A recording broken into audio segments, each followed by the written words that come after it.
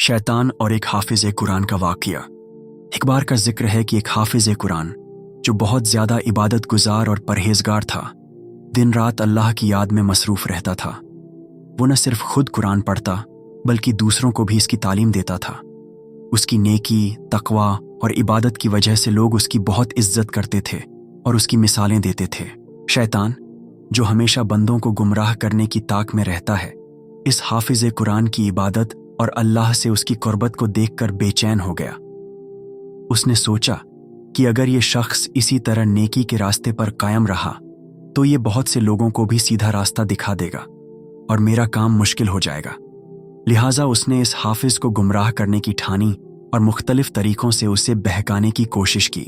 सबसे पहले शैतान ने उसके दिल में दुनिया की मोहब्बत डालने की कोशिश की। उसने उसे वसवसे दिए कि अगर वो दुनियावी माल और दौलत हासिल कर ले तो ज्यादा लोगों की मदद कर सकता है। लेकिन हाफिज कुरान ने फौरन इन ख्यालात को झटक दिया और अल्लाह की इबादत में मसरूफ रहा।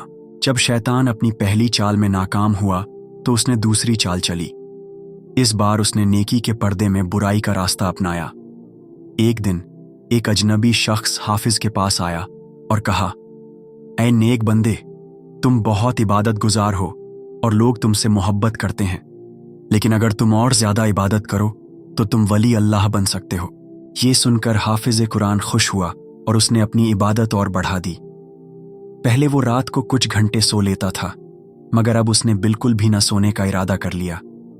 दिन रात वो बस इबादत में मसरूफ रहने लगा। शुरू में उसे सुकून महसूस हुआ, लेकिन कुछ दिनों बाद उसका जिस्म कमजोर होने लगा, आंखों के आगे अंधेरा छाने लगा और उसके दिल में अजीब ख्याल आने लगे।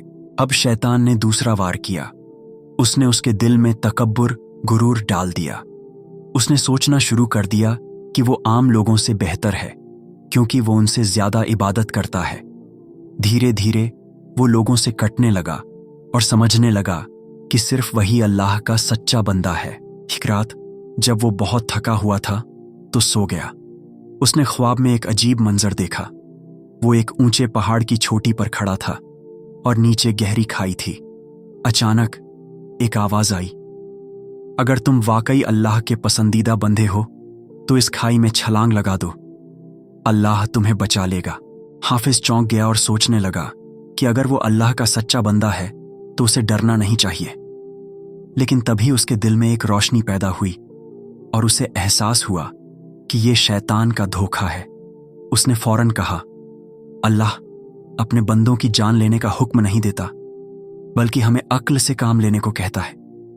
जैसे ही उसने ये कहा, शैतान की शक्ल उसके सामने नमूदार हुई और वो हंसते हुए बोला, अगर तुम छलांग लगा देते तो तुम्हारी जान चली जाती और मैं कामयाब हो जाता। पहले मैंने तुम्हें दुनिया की मोहब्बत से फंसाने की कोशिश की, फिर इबादत के नाम पर तकब्बुर में डालने की साजिश की, लेकिन अल्लाह ने तुम्हें बचा लिया।